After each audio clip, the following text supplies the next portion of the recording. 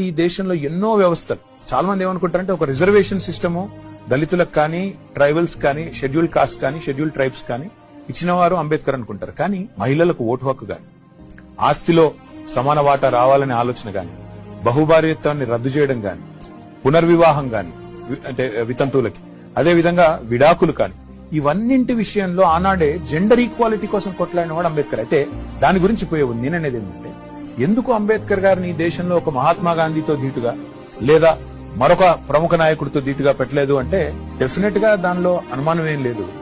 ఆనాటి నుంచి ఈనాటి వరకు ఇంత గొప్పవాడైనప్పటికీ ఈయనను, ఆయన చరిత్రను గాని ఆయన గొప్పదాన్ని గాని చెప్పేవాళ్ళు లేకపోవడమే కాకుండా తెలిసి కూడా కావాలని చిన్నగా చేసి చూపెట్టే ప్రయత్నం ఇండియాలో జరిగింది.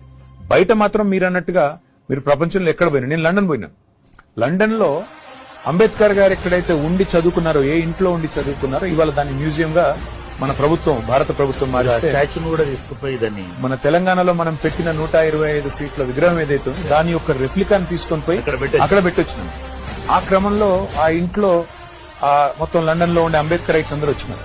వచ్చి వాళ్ళందరూ వివరించి చెప్తున్నారు, ఇక్కడ ఉండేది ఇదే ఇంట్లో ఉండేది, ఆయన ఇక్కడ చదువుకున్నారు, ఇక్కడే ఉన్నారు అని చెప్తా ఉంటే నాకు అనిపించింది, ఇక్కడ వాళ్ళు గుర్తించిన గొప్పతనం మన వాళ్ళు మన దేశంలో మాత్రం ఇంకా కూడా వెలివేసినట్టు అంబేద్కర్ విగ్రహం పెట్టాలా అంటే మాత్రం ఇంకా కూడా ఎక్కడో ఓన్లీ ఎస్సీ కాలనీలో పెట్టాలని ఆలోచన. అందుకే కేసీఆర్ గారు